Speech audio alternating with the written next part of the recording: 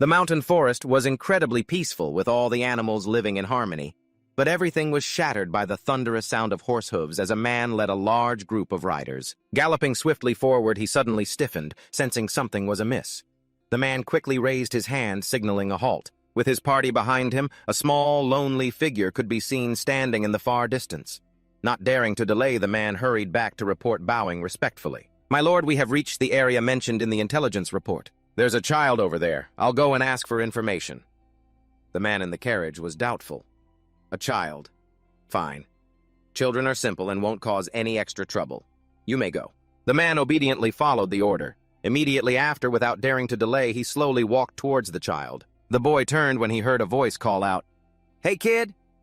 The man took out a few coins and said, "Hey, kid, this money is for you to buy candy. I just want to ask you something. While you were playing around here, did you happen to see any other kids? Specifically kids that looked really strange. Not like they were alive. More like a bunch of dolls." However, Chen Shu flatly refused. "My grandpa told me not to take things from strangers." The man didn't give up. He continued, "My name is Fang He. We were strangers, but now that you know my name, we're not strangers anymore. This is a fee for your help, so it doesn't count as taking something from a stranger, right?" Hearing this, Chen Shi snatched the few coins from Fang He's hand without a second thought, leaving even Fang He bewildered. The boy brought the silver to his mouth to test its authenticity. "Big brother, are the kids you're talking about less than a meter tall, and do they appear in groups?" Hearing Chen Shu's description, Fang He instantly became agitated and exclaimed, "Yes, yes!" He excitedly turned back to report, "My lord, the things are really here." The space ahead remained silent without a single stir. However, a second later, a black shadow flashed by at an incredible speed. In the blink of an eye, a figure appeared right behind Chen Shu. The person's voice rang out cold and clear. "Little brother." She then spoke reassuringly when she saw the pale expression on Chen Shi's face. "Don't be afraid. We're from out of town. We're not bad people." Zhao quickly asked, "Little brother, have you seen those dolls? Where are they?" For a moment, Chen Shu was captivated by her beauty. He was so mesmerized, he was dazed, his voice stuttering, Big sister, you're so beautiful. More beautiful than Zhou Yutai." Hearing these words, Zhao heart bloomed with joy. This kid really knows how to talk. But that name, Zhou Yutai, it doesn't sound like a girl's name. She leaned down and continued gently, "Then can you lead me to find those dolls, okay?" Chen Shi obediently nodded in agreement. However, not even Zhao knew what was lurking behind her. A person was hanging from a large tree branch behind them, but it seemed no one could see this. Yutai leaned down, a cunning smile on his face. "Little Shi, you're comparing me Zhou Yutai to her. Are you trying to say she's ugly?" "They are the brocade guard, the attack dogs of the noble clans. Their money is what you'd call blood money. Take it and be careful you don't lose your life." Noticing Chen Shu had been quiet for a while, Zhao puzzled, called out again, "Little brother." He snapped back to his senses and replied, "Okay, I know." Zhao immediately gave the order, "Take the child with us. We're moving out." Fang He bowed his head respectfully, and just like that, they rode off. They still hadn't noticed Yutai's presence. At that moment, he couldn't help but worry. "Little Shi, I hope you can handle them." Time passed. In the lush, overgrown forest, Chen Shi suddenly spoke up. "Big sister, I'm a little hungry. My grandpa is waiting for me at home to eat. Can I go home for a meal first and then lead you?" Far from being angry, Zhao laughed cheerfully. "I have jerky made from spirit beasts and exotic herbs. It's definitely tastier than the food at your house. Here, have a taste." She tenderly patted Chen Shu's head and asked, "Little brother, we still don't know your name or where you live." Chewing enthusiastically, he replied, "My name is Chen Shi. Chen for sincere and Shi for honest. I live in Huangba village. Because I never lie, everyone calls me Little Honest." Before walking on, Chen Shi politely waved and said, "I'll go up ahead and lead the way. Thanks for the meat, sister." Fang He noticed something and whispered, "My lady, this child." Zhao nodded slightly in understanding. "I noticed it too. He's a cultivator." Zhao looked at Chen Shi, thinking to herself, "I never expected to meet such a genius in this backwater place. To reach the spirit embryo realm at only around 10 years old. If he were to seek a title, he would surely shock the world." Suddenly, she had a shocking realization. "Fang He." He immediately nodded in confirmation. "That's right. You're not mistaken." Fang He voiced the thought in his mind. "There is no spirit embryo in this child's spirit abode." Zhao was very confused. How can that be? Fang He immediately explained, "My lady, your noble birth means you are unaware of the wickedness in the world. As the saying goes, a commoner's treasure invites his ruin. This child must have been discovered by a prominent clan who ordered an expert to steal his spirit embryo and transplant it into one of their own disciples. Without a spirit embryo, all his true chi is like wood without roots, a river without a source. The spiritual power contained in a spirit talisman is causing his spirit abode to reappear. But because there's no spirit embryo, it's all an illusion, like a flower in a mirror or the moon reflected in water." Zhao nodded repeatedly. "So that's how it is." Fang He was even remarking that every year quite a few people die from having their divine spirit stolen. For this child to have been pried open and still be alive, it's a miracle.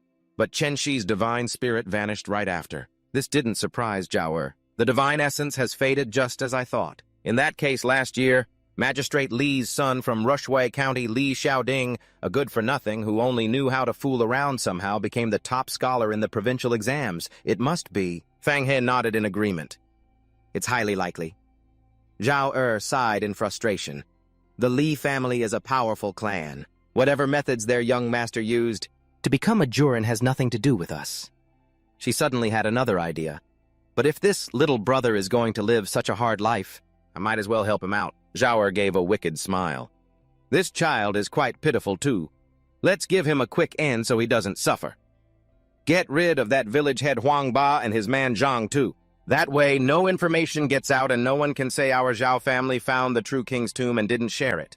Chen Shi walked ahead, only sighing in frustration. He recalled his earlier conversation with Yu Kai. "Master, you said, whoever starts trouble with me will have no descendants." "What does that mean?" Yu Kai quickly answered. "It means the first person who crossed me was beaten so badly by me that his entire family line ended." But in a corner, no one could see the corner of Chen Shi's mouth slowly curled up. He glanced at Zhao Er's group and thought, anyone who crosses me must be completely eradicated. As expected of a master so learned. In the forest, everything was operating as normal. A school of fish was swimming freely in the stream. "Hey!" Suddenly a hand appeared to catch one, shattering the peace of the water. It turned out some children were playing happily in this stream. However, nearby there was a suspicious noise from behind a large rock. Zhao group was peeking out, hiding and waiting for the right moment. Zhao looked very tense. "Finally found them. They must be the burial figurines from the true king's tomb that have come to life. If we follow them, we can find the tomb." She looked up at Chen Shu nearby. Her younger brother Zhao Qing smiled wickedly and thought, "Thanks a lot, little guy." The porcelain dolls were still playing, unaware of the approaching danger. But over here, everyone was still waiting silently for the right moment. Suddenly, the branch where Chen Shu was broke, making a sound, even though it was just a small noise. It startled the porcelain dolls. Chen Shu, seeing the critical situation, couldn't help but exclaim, "They're gone." Zhao's heart was also in turmoil. Should I say something? She hesitated, not knowing what to do. The moment the porcelain dolls saw a person, they panicked and turned to flee. Seeing the little things react like that, Zhao was furious. "Am I that scary?" She didn't hesitate any longer and immediately rushed out after them. "Follow them. Don't let them get away." Fang He and the other subordinates immediately followed. However, the porcelain dolls were very agile and disappeared into the bushes. The other dolls scattered in different directions. Fang He saw that the situation was not good. He immediately shouted a warning. "It's a ghost swarm! They're intentionally scattering to confuse our position." Zhao calmly reassured them. "Don't panic, follow Chen Shi." He didn't know what to do, and so he could only obediently follow. They chased the porcelain dolls relentlessly deep into the forest. However, after a while, they could no longer see any sign of the little things. At that moment, the surrounding trees suddenly changed strangely. They seemed to have grown taller in an instant. Zhao and Fang He stood still, observing their surroundings. He looked around but could no longer see their target. He was frustrated. "Damn it, we're lost. That kid in a dense forest like this? I can run so fast!" Zhao tensed up, her brow furrowed tightly as she looked around. Strange. Why do I feel like the trees have gotten taller? The weeds are strangely large, too. She looked at the gushing water beside them, bewildered. Since when did this stream feel like a river? But a second later, Zhao eyes widened, her face filled with shock. "No, wait!" When she voiced her thought, everyone was stunned. "It's not that the trees and grass got bigger. It's that we've shrunk." Before they could recover from the shock, a blood-curdling scream suddenly rang out. A team member clutched his severed leg, crying out in pain, My leg! Zhao Er quickly noticed something was wrong. What's happening? There's no blood. The wound looks like porcelain. Fang He's expression also turned grim as he looked at Zhao Er. My lady, you... She felt something and looked down at her own hands. How did I turn into porcelain? Panicked screams rang out from within our group. He's turned into porcelain too. There's something wrong with this forest. Get out of here. Zhao Er was the calmest one and made a guess. This is a ghost god's domain. Everyone don't panic. Follow my command. Hearing her words, Fang He quickly added, In a ghost god's domain, even the greatest divine powers are useless, just like that repeating day of Jen Huixing's. Just like at the South Gate, then. That kid is clearly doing this on purpose. However, Zhao Er had another thought. The rules of a ghost god's domain might not be the same for everyone. He's porcelain now. Follow the direction Chengshi went earlier. Run. Everyone obeyed the command, shouting in unison as the rustling of leaves echoed through the quiet, dark night. Before them was a series of neatly arranged houses. Zhao Er observed carefully and concluded, There's another ghost god's domain here. We've come to the right place. This must be the legendary True King's tomb. However, at that moment, a familiar voice rang out, shocking her. Big sis, how did you all follow me here? It turned out that the person was Chen Shi, which explained Zhao Er's reaction. Cheng Shi continuously waved them over. The lair of those porcelain dolls is here. Hurry over here. Fang He whispered to Zhao Er, just as you thought he's turned into a porcelain doll too. Zhao Er couldn't give up that easily. This kid has obviously been here before. He must know a way to turn from a porcelain doll back into a person. Follow him, and we'll seize the chance to capture him. An unknown amount of time passed as the steady sound of footsteps echoed with Zhao Er's group following behind Chen Shu. Zhao Er remained extremely vigilant. This isn't right. This isn't the True King's tomb. This is a kiln for firing porcelain. What did that kid bring us here for? Just then one of her men spotted a group of porcelain dolls hiding in a corner. Milady, I found them. The little kids, their faces pale with fear, were waving their hands frantically to signal him, but the guard was still smiling happily, unaware of the danger approaching from behind. These little guys are scared of us. Before he could finish his sentence, he was crushed by a giant hand. When the others saw this sudden scene, they froze. Before them was an enormous hand, slowly rising. The entire area was enveloped in thick white dust, obscuring everything. A massive monster appeared before them. Zhao Er was so terrified, her whole body trembled. Run! As soon as they saw it, the group immediately fled for their lives. Run! However, the monster quickly reached out its hand, targeting two of the guards, effortlessly. They struggled ceaselessly, hoping to escape. Help! Help me! But the monster showed no hesitation as it tore them in half. At that moment, as Zhao Er ran to a corner, she saw a small porcelain doll waving its hands at her continuously. However, behind her, another person was caught by the monster. Zhao Er cried out in pain, Fang He! He could now only scream helplessly, Milady! But in the darkness, the little porcelain doll urged Zhao Er to be quiet. Outside, horrific screams echoed endlessly. Help me! Hiding in a safe place. Zhao Er was in shock. Why? Why is this happening? However, it wasn't long before the monster noticed the cave where Zhao Er was hiding. She trembled, not daring to breathe loudly, terrified of being discovered. Fortunately, after a while, it left. Only then could Zhao Er breathe a sigh of relief. She and the group of porcelain dolls took this chance to escape the cave. Just then, the porcelain dolls that had been captured were all brought to a nearby kiln. They were thrown into the blazing fire just like that. Horrific screams rang out as the porcelain on their bodies was continuously melted. Seeing this, Zhao Er couldn't help but burn with rage. Damn it, she cursed inwardly. She gritted her teeth, screaming in her mind. To think that I Dong Liu of the Zhao family from Xinhuang would die in this backwater place. Just then, a porcelain doll approached her. Miss, were you also lured here by that monster from Huangba village? Zhao Er quickly asked for confirmation. The person you're talking about, is it that little brat Chengshi? In truth, she was still very puzzled. I can understand the language of porcelain dolls. Hearing Zhao Er's words, they roared in anger. Chengshi, that two-faced monkey is rotten to the core. That shameless villain. We also came here looking for treasure, but he tricked us into coming here. And this is how we ended up.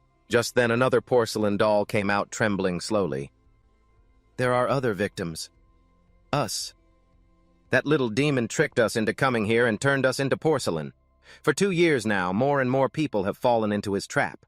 We all fell to his evil hands. Over these 2 years, our appearance changed from looking almost like you do now to our current state as porcelain dolls. We don't even know if we can ever change back. Only then did Zhao Er understand the situation. So they also came looking for the true king's tomb, and just like me, they were tricked into coming here. On the contrary, the kid walks around freely. He must know how to turn back into a human. I have to act fast. I can't end up as a porcelain doll. Li Xian was a bit surprised when he recognized Zhao Er. You're Miss Zhao Er of the Zhao family from Xinhuang province.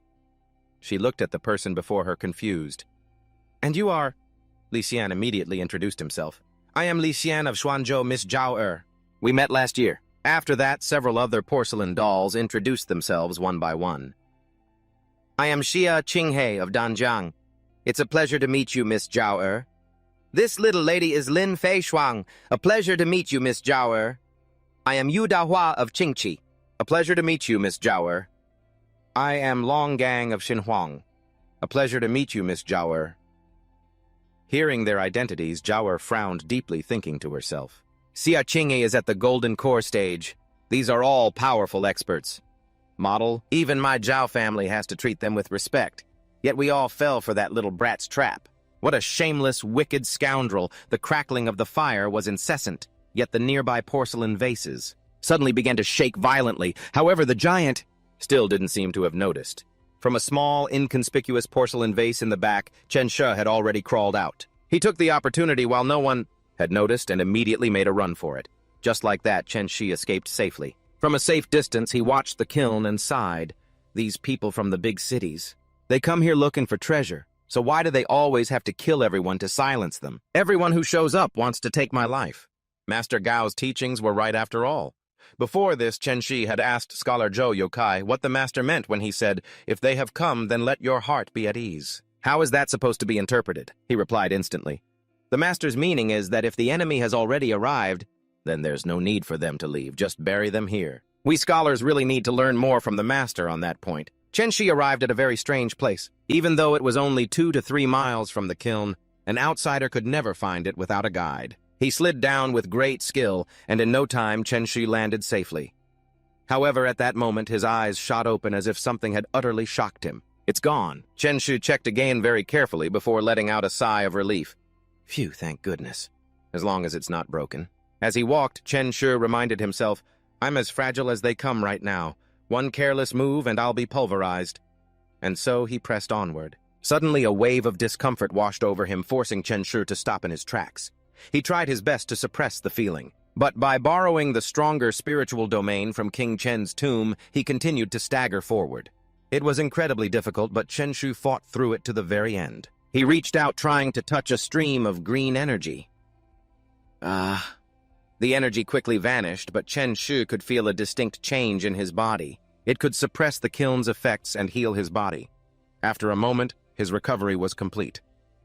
Chen Shi gazed out at the vast space. Amidst the giant stone statues before him, his eyes scanned the area and quickly found what he was looking for, this stone stele. Chen Shi took out the piece of dried meat that Zhao Er's group had given him earlier, remarking to himself, "This dried spirit meat, I can still use it." He popped it into his mouth and chewed with relish. "Help me get in deeper so I can see clearly." Full of fighting spirit, Chen Shi stepped inside, but he immediately ran into trouble. The pressure from the tomb's barrier was immense, draining his strength with every step. But before long, a voice boomed out, stopping him. "Halt! Do not take another step forward!" The voice didn't forget to add a warning. If the demon god domain is activated, not even your grandfather himself could save you. Chen Shi finally understood. So that's it. He began to chant silently in his mind, sunlight, moonlight, starlight. Sun, moon, stars, may the 3 lights gather righteous energy.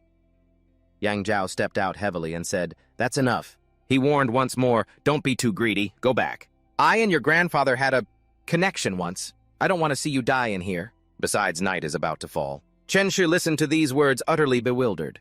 Yang Zhao sternly lectured him, "It's dangerous after dark. When that time comes, you won't be able to leave even if you want to." Chen Shi obediently bowed his head. Thank you, Uncle Goathorn. He actually turned to leave as Yang Zhao had told him. As he walked away, Chen Shi glanced back over his shoulder. Before long, he had returned to the entrance. Even so, Chen Shi's heart was still filled with regret. It's a shame. I didn't get to finish reading the cultivation method on the stele. I want to be like the other kids. To study and cultivate, to take the district and provincial exams, to become a great scholar. Chen Shi had only one wish.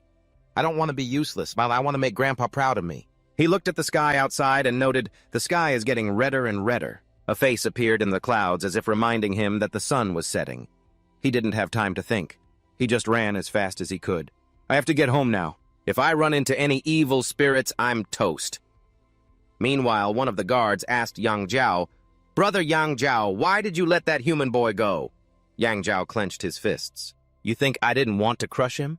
If not for that hard-to-deal-with grandfather of his, that old geezer barged into our King Zhen's tomb back in the day.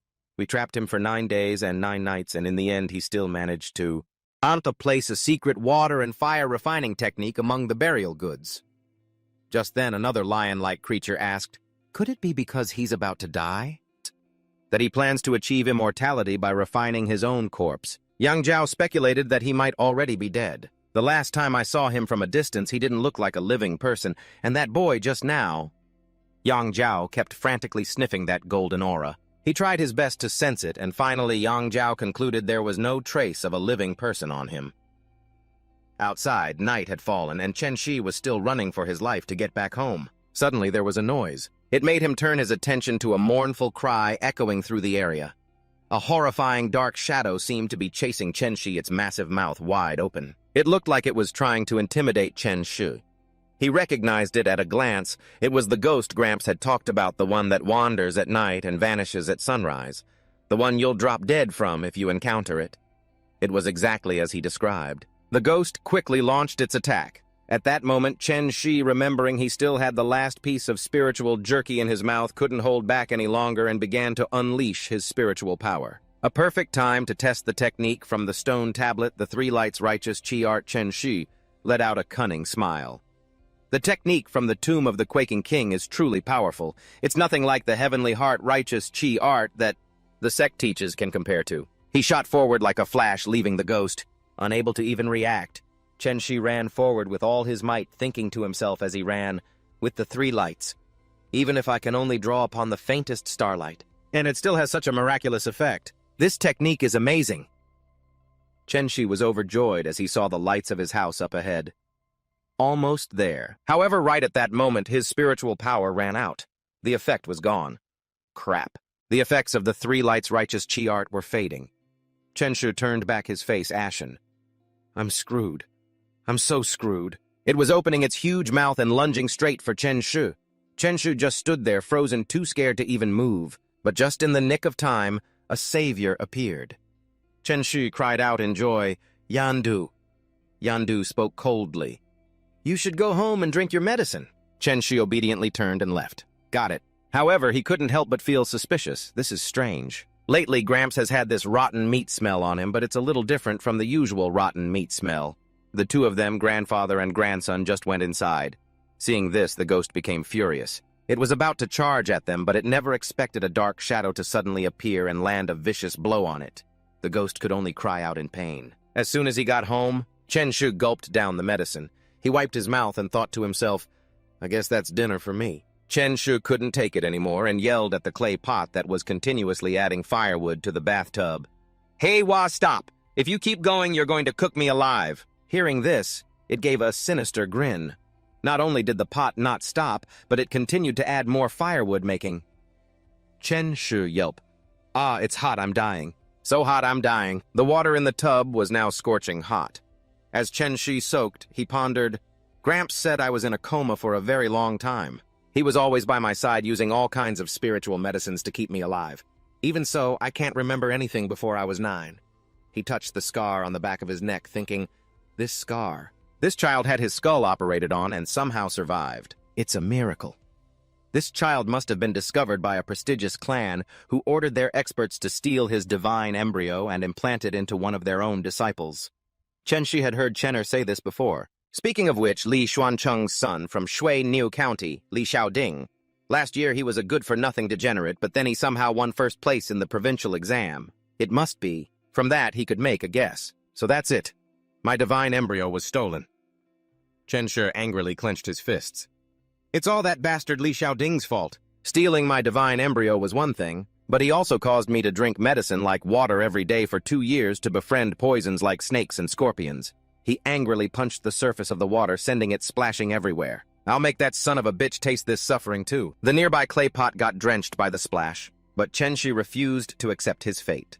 This also means I wasn't born a waste I can cultivate too. I can also become a favored child of the gods, a prodigy of the heavens. But Chen Shi still felt something was strange. But the back of my head is already healed. So why does Gramps still make me soak in this medicinal bath every day? Just then a green light suddenly appeared, startling the clay pot. Even Chen Shi's eyes went wide with shock. He had sensed Yandu's presence. Gramps has entered the room. When did he start becoming so strange? I don't remember anymore. I only remember that Gramps used to have a human smell. My little Shire, it's wonderful. The secret technique is working. Right now, Yandu's eyes were bloodshot and looked incredibly terrifying. No. Even the clay pot was so scared it didn't dare make a sound. But after a moment, he let out a soft sigh of relief.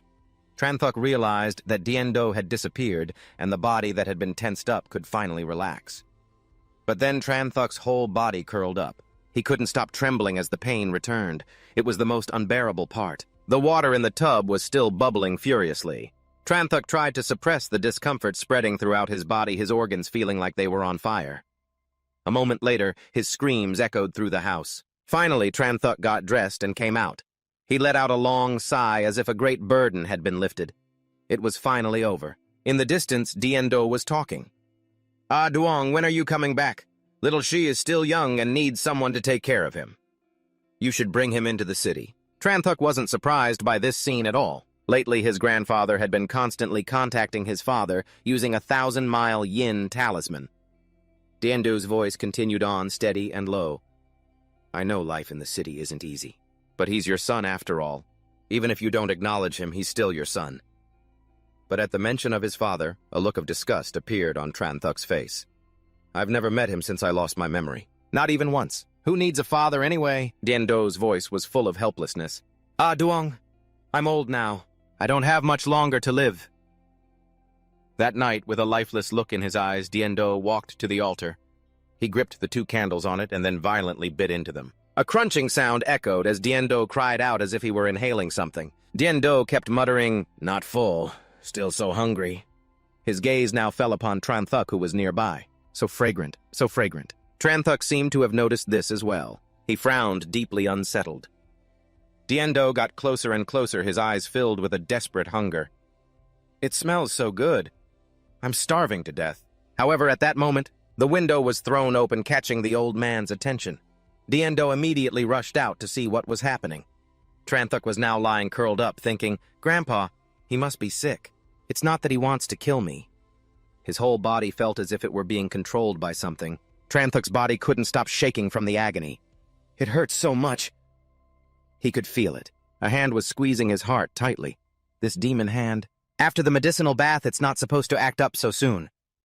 Tranthuk was in so much pain that his forehead was covered in sweat. His body felt like it was free-falling into an abyss, while his mouth kept crying out, Grandpa. Tranthuk seemed desperate. Grandpa, Grandpa, save me! Finally, Tranthuk collapsed painfully onto the ground. Trembling, Tranthuk tried to prop himself up. No, I can't. I can't always rely on Grandpa. He seemed to have made up his mind. I can only save myself. However, the demon hand squeezed his heart even tighter, causing him to gasp in pain. At that moment, Tranthuk made a decision. I can only risk it all on one thing, the 3 gates righteous chi art. He used all his strength to stand up. Tranthuk's body was now so weak he could barely stay on his feet. My life is in your hands now. He began to put his hands together, forming a sign. Just like that, Tranthuk summoned his power. Primordial heaven is born. The spirit alone is supreme. Evil scatters in chaos. The true God remains unseen, treasuring only those who stir turmoil. Know the way of the heavens, enact the will of the heavens. All the power converged into Tranthuk's body. The 4 pillars of righteous chi gather to forge the Dharma body embryo. The energy tried to enter his body, but the next second the power vanished. Tranthuk's body immediately weakened. He clutched his chest, completely bewildered. This demon claw on my chest, what in the world is it? Why is this demon hand on me? In the deep, quiet forest at night, the rustling of leaves suddenly broke the silence. Diendo's sinister laughter echoed as he ate ravenously, praising the taste. Delicious. Not satisfied, Diendo bit directly into his prey. So delicious, he kept praising. More delicious than a person. It turned out the thing Diendo was eating was an evil spirit. Someone was chopping meat with a cleaver in the kitchen. Tranthuk peeked inside to get a closer look. He was being so cautious because of his current situation. As long as it's not human flesh, I can eat anything. Tranthuk stood watching Diendo chop meat in the kitchen for a long time. A sound from outside caught his attention. Villagers were excitedly performing a ritual in the street. Forever enjoy peace with boundless blessings. Forever enjoy peace with boundless blessings.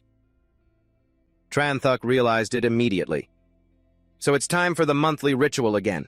He knew the full story of this ancient sentient tree in Huangba village. At night, it could ward off evil spirits. Everyone worshipped it as their godmother. Of course, nothing escaped Tranthuk's notice. But the thing that's truly powerful isn't this tree. To his surprise, he knew the crucial secret. It's the one on the tree. Tranthuk seemed to have ill feelings toward the spirit. Don't be fooled by her silence. She has a wicked heart. He opened his mouth wide, about to taste the sweetness of an apple. Diendo hurriedly questioned him. Wait, who gave you that apple? Tranthuk answered truthfully. The godmother in the tree. The old man immediately changed the apple back to its original form. She's not your godmother. Diendo was furious, but could do nothing more. It's poison to an outsider like you. Everyone in this village is her son. The sentient spirit froze upon hearing the entire conversation between the grandfather and grandson. Tranthuk only dared to watch from a distance. I should still listen to Grandpa. Stay away from her! Diendo finally finished cooking. Xiaoxi, time to eat! He immediately replied, Coming! Chenshi was stunned by the strange and exotic dishes on the table. No way am I eating this. He couldn't believe this was real. Is this food or medicine? The old man forced Chenshi to eat the dishes on the altar. It's both sustenance and medicine. You're sick, so you have to eat it all. He widened his eyes at the plate of food. I feel like my illness has already gotten much better. Yando absolutely didn't believe him. Stop it. You're not better yet. The old man was always worried about Chenshu's health. You got sick again last night, didn't you? You need to keep taking your medicine. He was so startled he jumped. But you were clearly out last night. How did you know I got sick again? A lump suddenly bulged on the old man's shoulder. It was a third eye growing from Yando's shoulder. Chenshu certainly never expected something like this. He hurriedly drank the bowl of soup in one gulp. I'll eat. Yando was pleased with Chenshu's attitude. Little Ten is the most obedient. It was still early. He sat silently in his room. Chenshu recalled the old man's words, Little Ten is the most obedient. He had worked his hardest to get where he was today, but it seemed his cultivation speed was getting faster. The 3 Lights Righteous Chi art says to channel the 3 Lights Righteous Chi, but I'd already planned this out long ago. I don't have a divine embryo, so I can't condense true chi. I can only forge my body into a sacred embryo. He was confident in his abilities. This way I don't need dried spirit meat to go deep into the true king's tomb and see the complete Stele inscription. In the sky there was only the light of the full moon, shining in the night. Early in the morning, Chenshu carried a wooden crate outside. Yando didn't forget to remind him, tie it down a bit tighter, don't let it wobble and fall off on the road. Chenshu watched intently as the old man drew on the wheel. This is an armor horse talisman. It can make the cart go faster. He was no longer as interested in watching talismans being drawn. The black dog's blood smells too foul. Of course, Chenshu couldn't bear to harm the family pet. The effect of fresh black dog's blood is the best. Its yang qi is the most potent. To avoid wasting blood, just make one cut on the black dog's neck. Hearing his intention, the dog was completely shocked. Yando held a compass in his hand. The old man carefully watched the needle which pointed the way for him. The cart, now enchanted with the talisman, quickly set off. Yando, sitting on the cart, called out, Little Ten, get on. Chenshi leaped onto the top of the wooden crates. They were off. The 2 needles of the compass shifted ceaselessly. He was already used to this. On the first of every month, he and the old man have to go out to the market. Chen Shi excitedly jumped down from the horse cart. The people of Huangba village had their godmother. He eagerly sprinted towards the tomb. I have a godmother, too. My stone needs to be worshipped. Chen Shi lit some incense and stuck it in the censer. He approached the tomb with a sincere heart to pray. Yu Kai was hanging himself from a strip of cloth tied to a tree. Anyone who saw his appearance would surely be terrified. Only Chen Shi ran up to him. Thank you, scholar, for your guidance. Yu Kai smiled with satisfaction. Teachable, teachable. He leaped onto the roof of the cart. I'm back! Yando was only trying to do what was best for him. The speed is quite fast. It seems the medicine's effect isn't bad. You should eat more. But Chen Shu's face turned pale and he just stared blankly. You truly are someone with deep knowledge. The godmother of Shanyang village is this pagoda. According to what Chen Shu knew, an extraordinary power was formed from the villagers' worship. But the one who coalesced into a form was this little monk. But he had done some research on Shanyang. Receiving enough respect to protect a region, Chen Shu still felt something was not right.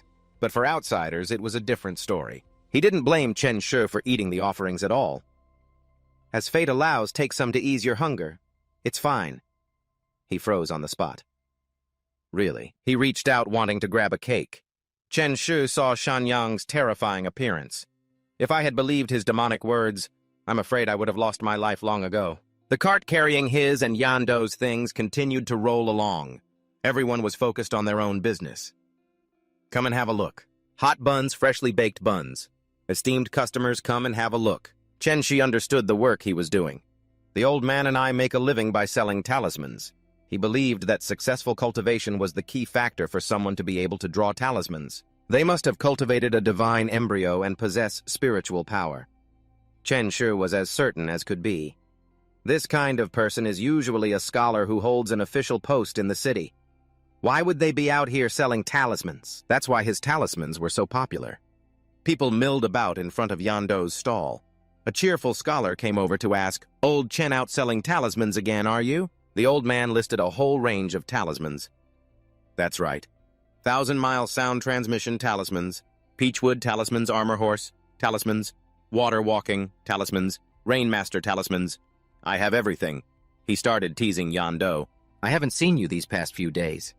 I thought you'd gone off to take the exams and become a scholar. Chen Shi stood to the side, thinking to himself, if everyone went to take the exams, who would be left to sell you people talismans? It seemed the scholar's jokes were getting more and more out of hand. Old Chen, why did I hear that you died? Of course, the old man was no pushover. The two scholars froze stiff the moment they saw it for some reason, but then Yando laughed heartily along with the two of them. However, the one in purple getting his information from who knows where said, I heard from someone in your village that at night you, fumble around in your own coffin. The scholar immediately looked full of admiration. Fumbling in a coffin. Old Chen, you truly are skilled and daring. The old man hurriedly denied it. What nonsense is that? Don't talk rubbish. The sound carried all the way to Chen Shi. I see. Yando used to grit his teeth, scowl, and complain, I can't get full, I'm still so hungry. In the dead of night, the old man had many strange behaviors. He hid outside the door, secretly peeking inside. Unexpectedly, Chen Shi froze on the spot. Yando was standing in front of an ancestral tablet in the room. Spirit tablet of Chen Yando. He himself began to question his own existence. Could it be that what they said was all true? Hua suddenly appeared behind Chen Shi. Little brother. It seemed she knew him. Little brother, it's been a long time. Hua almost didn't recognize Chen Shi. It seems you've grown a lot. While he was still lost in thought, wondering what that soft thing on his back was, Diendo spoke up, interrupting their conversation. What kind of charms will you two young ladies be choosing? She placed 2 silver taels in Tranthuk's hand. Ahoa signaled to the old man to draw two peach blossom charms. The boy's cheeks suddenly flushed a soft pink. Ahoa had to repeat herself. We need 2 charms, did you hear me? He brought the items over to her, not daring to lift his face. Your peach blossom charms are all wrapped up. Ahoa was mesmerized by his face. Even from a humble background, he looked so handsome and elegant. Ahoa's friend seemed embarrassed. He heard that. Heard He bowed deeply. Please take care, you two. She didn't really care at all. So what if he heard? In truth, Tran Thuk was thrilled to be complimented by a girl. He called out once more before they left. Sir, I need to use the bathroom. Dien Do immediately gave an order. Hand them over. Tran Thuk pretended not to know what was happening. Hand what over? The old man knew exactly what he was missing, the peach blossom charms. The boy obediently handed them back to Dien Do. You're not a child anymore. That means I can use the peach blossom charm now, right? Dien Do refused to allow it, and for good reason. You're still young. When you were taking your medicinal bath, I examined you. You need to grow for another 2 years. Tran Thuk didn't know what to say. The old man was always so evasive, and then there was this illness Tran Thuk had been wondering about for so long. Yes, but what illness do I actually have? He was disappointed time and time again, but the old man never answered. Tran Thuk sat on the cart eating potatoes for the entire journey. Something caught his attention. Tran Thuk spotted Dien Do sitting up front holding 3 incense sticks. He didn't know where some scholar had heard it from. But he started spouting nonsense. How should I put this? I heard that you were dead. He had only one wish, that the old man wouldn't die. No, I don't want you to die. The old man waved his hand, calling Tran Thuk to his side. Come over here. He jumped over to Dien Do's side in a single bound. The old man gently patted Tran Thuk's head to comfort him. Who is there that doesn't die? You foolish boy! He suddenly felt a lump in his throat and couldn't speak anymore. Dien Do had just learned of a tragic event. Take this village, for instance. It was invaded by foreigners. They were all killed. The old man explained the specific situation. It's because its foster mother died. The village lost its protection. If even the foster mother can die, what chance did the people have? Tran Thuk couldn't help but wonder. After you die, will you become the village's foster mother? You don't have to worry so much. Then you can come visit your old man every day. Dien Do sounded sad. After I die, I'll probably be dragged away by the power of the netherworld and fall into the land of shadows. Just then, Tran Thuk accidentally witnessed a strange sight. Those beings from the netherworld were chatting cheerfully with each other. He couldn't understand that netherworld power at all. Why doesn't it drag them into the land of shadows? Dien Do slowly began to answer. Because of something I did that was disrespectful to the gods and spirits. The sun's rays shone down, illuminating the clear blue stream. The two of them, grandfather and grandson, had arrived at Phuong Dien village. The boy felt something was incredibly strange. The foster mother wasn't in the tree. Phuong Dien was sitting at the base of the tree. Tran Thuk could state with certainty, so she's here protecting this place. It looks like the people of this village are still alive. As he was helping Dien Do unload goods from the cart, people began to scatter in panic to both sides of the road. The 6 fan gate is here. Quick hide. Tran Thuk had never heard of the 6 fan gate. The old man gave a short explanation. They're the dogs from the Yamen. Thien Nam whipped his horse, charging into the village. He had come to remind the merchants. According to the laws of the Great Ming, anyone who fails to pay their taxes will receive 100 lashes. The one who had just shouted this warning was Lo Thien Nam. His underling feigned a kind tone with the villagers. You are all subjects of the Great Ming. Don't make things difficult for enforcers like us. The villagers all hurried to get out of his way. He's here again. He's here again. Don't look, let's go. Thien Nam began calling names from a list. Lu Trek Hi Din Phu Nuk Roy, he yelled, assuming the man was intentionally ignoring him. Lu Trek Hi, the merchant household. Get out here for me. The anger inside Thien Nam flared up. I'm counting to 3. An older man stepped forward to explain. Officer, Lu Trek Hi, he's dead. He wanted to know the full story. Dead. When did he die? The older man spoke with a trembling voice. The last time you came to collect the tax, he couldn't pay. He died the very next day. Thien Nam finally dismounted. He asked once more, how did he die? The older man stammered for a long time before managing to get the words out. He hanged himself. He then described the scene from that day. He was hanging from the foster mother's tree. He was already stiff when they found him. Thien Nam suddenly glanced to the side, unable to shake his suspicion. Are you saying he made himself into a sacrifice to get your village's foster mother to act? Thien Nam boldly guessed the dead man's plan. Lu Trek Hi, you sacrificed yourself and prayed to your foster mother all because you wanted her to take revenge for you. He moved quickly toward the spirit tree. Tian Nan was clearly provoking the foster mother. If you plan to avenge Lutrak He, then you'll be going up against the Tanhung County Yamen, going up against the Great Ming. Not only was he unafraid, he even insulted Feng Dian. The authority of some countryside spirit is nothing compared to the law of the Great Ming. With a single decree raising this so-called foster mother to the ground would be effortless. And at that point, Feng Dian village will no longer have its foster mother's protection. All of you will be exposed under my gaze with no escape from your fate. But even Tranthuk himself was taken by surprise. This block-headed bailiff, how dare he threaten the village's foster mother? Fang Dian, you're just going to stare. You can actually tolerate this, but Zhenshi truly understood what she was feeling. That's right, avenging Liu Zishi or protecting the other villagers. The foster mother obviously knew which carried more weight. Tian Nan had no idea how unreasonable he was being, and yet he still brazenly declared that the law must be followed even in death. He's targeting Zishi's relatives, but who else is even left in his family? The uncle explained his tragic circumstances in detail. He sold his daughter and his son drowned. After he died, his wife went mad. One day she just danced and sang her way out of the village and she has never returned. She's probably dead by now. Tian Nan quickly made a decision. Liu Zishi's assets would be confiscated. He ordered the bailiffs to kick down Zishi's door to search the place. One of them quickly pinched his nose shut. How much is this stuff even worth? This peasant was dirt poor. The bearded man worried that if he didn't collect enough taxes, he'd have to pay the difference himself. Suddenly, someone shouted defiantly, "By what right? Why not just have the villagers split the cost?" The villagers all gathered in front of Zishi's house, approaching warily as the tension mounted. Tian Nan cleared his throat smugly and asked, "What's this? Are you trying to rebel?" The enraged villagers had brought crude weapons to defend themselves, but he was completely confident in his subordinates' abilities. "These brothers of mine are all scholars who have passed the county examinations." Tian Nan loudly announced their status. They have been blessed by a true god and have cultivated a divine body. He was an expert at manipulating people. You can't defeat us, so why commit such a crime? One that will get 9 generations of your family exterminated. Tian Nan only wanted the people to live so he could continue exploiting them. "I advise you all to just pay the tax honestly.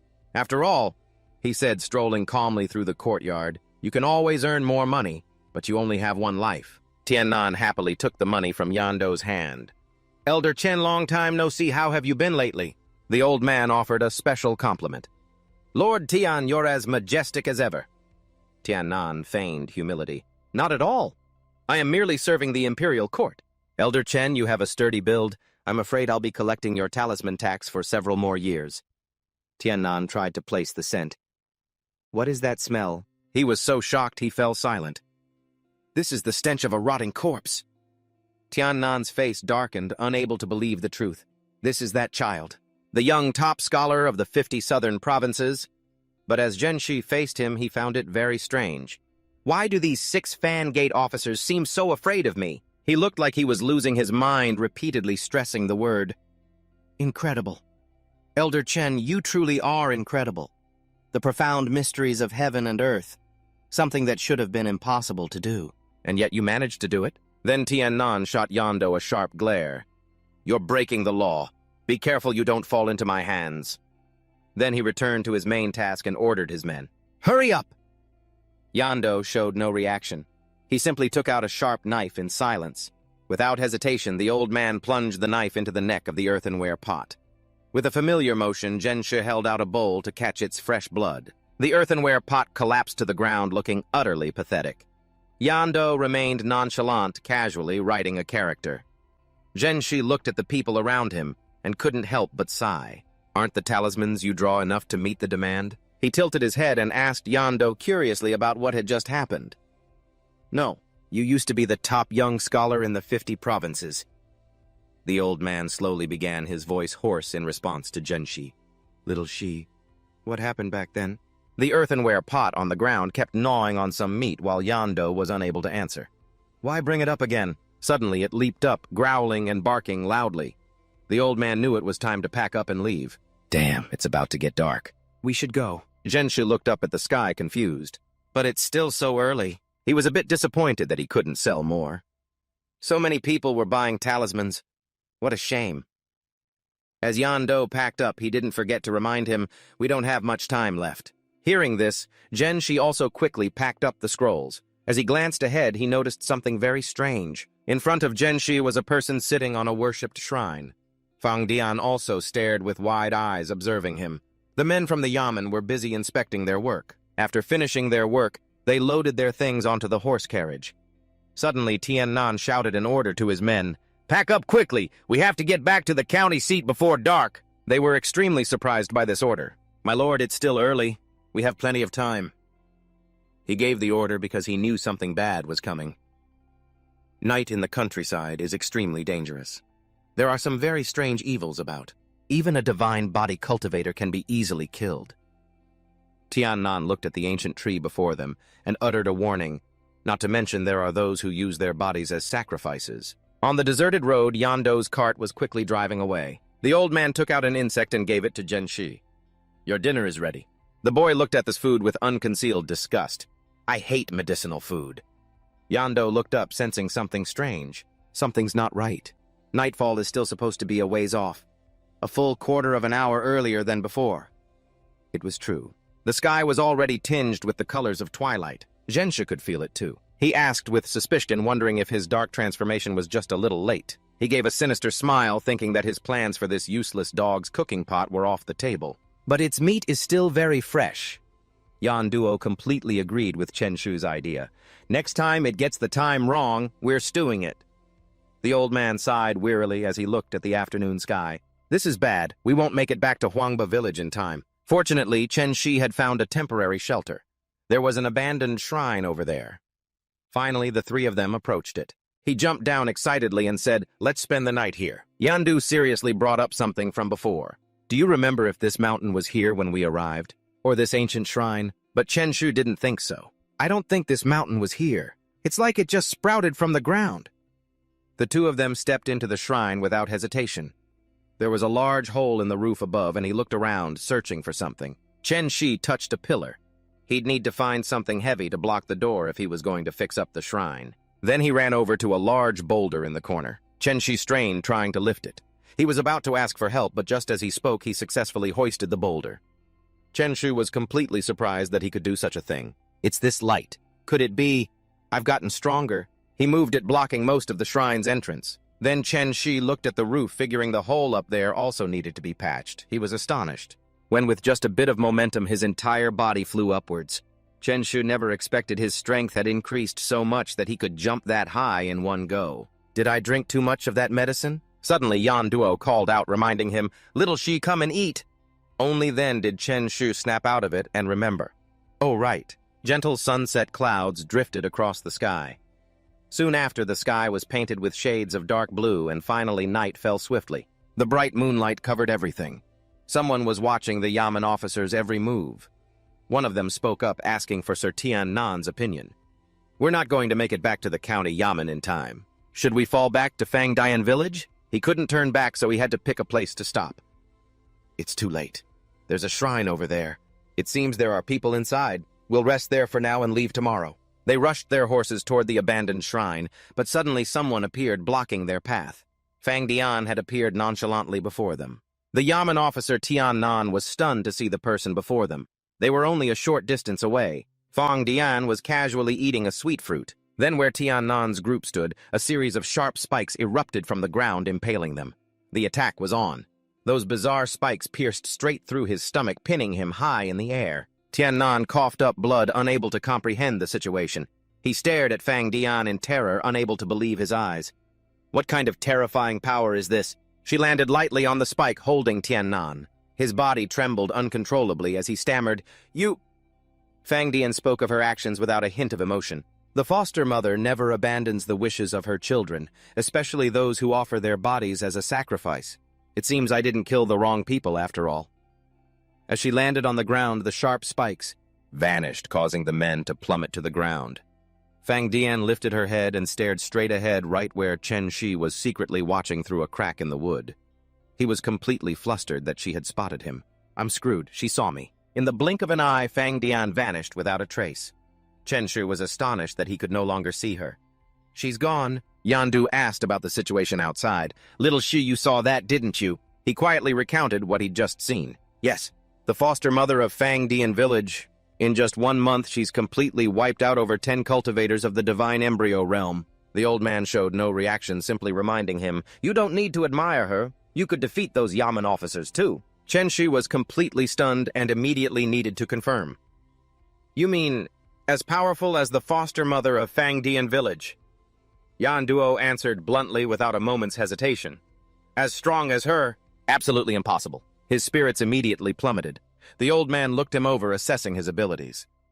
"But based on your current body," Yan Duo stated with certainty, affirming his power, "you can be just as fast as she is." The old man calmly began to explain these mysterious matters to Chen Shi. Cultivators who practice the heavenly heart-righteous Qi art only cultivate their spirit, not their physical form. If they get to strike first, even their lowest-level spell could easily kill you. Yan Duo was knowledgeable and understood the core of every cultivation method. But as they cultivate the heavenly heart-righteous Qi art through Qi refining and foundation establishment, although their divine embryo grows strong, the old man said, stirring food for Chen Shi as he spoke. "But your body is too weak. Even though your divine core was dug out, the food I make can strengthen your physical form. Against this kind of enemy, you just need to..." Next, Dian Do handed him the bowl of food. "Don't give the enemy any chance to strike." Tranthuk just watched the old man silently, took the food, and then without any hesitation tilted his head back and drank it all. This food was indeed very helpful. In his heart, Tranthuk couldn't stop thinking about this problem. "But you probably don't know that my body is getting stronger because I'm practicing the Three Lights Righteous Qi art." Right after drinking, he put the bowl aside. "I don't have a divine core. Even if I cultivated magical power, it would just dissipate. I might as well use all my energy to temper my body." Finally, Tranthuk sat down seriously to train. This way, his potential could reach twice the normal cultivation speed. The moonlight shone down into the temple through the hole in the ceiling. The sound of boiling water echoed in the silent space. The clay pot suddenly woke up and glanced towards Dian Do. The old man sat like a statue, his mouth muttering endlessly, "So hungry, so hungry." Dian Do was drooling, his hunger reaching an extreme. So fragrant, the scent of human flesh. The old man couldn't bear it anymore and sat up. "I'm really so hungry." Dian Do staggered, his body trembling, and aimed for Tranthuk. "I want to eat you so badly." The old man's hand struggled to reach for the meditating Tranthuk, but Dian Do's reason managed to stop the action in time. Helpless, the old man had no choice but to lurch towards the window and leave. The loud noise startled Tranthuk awake.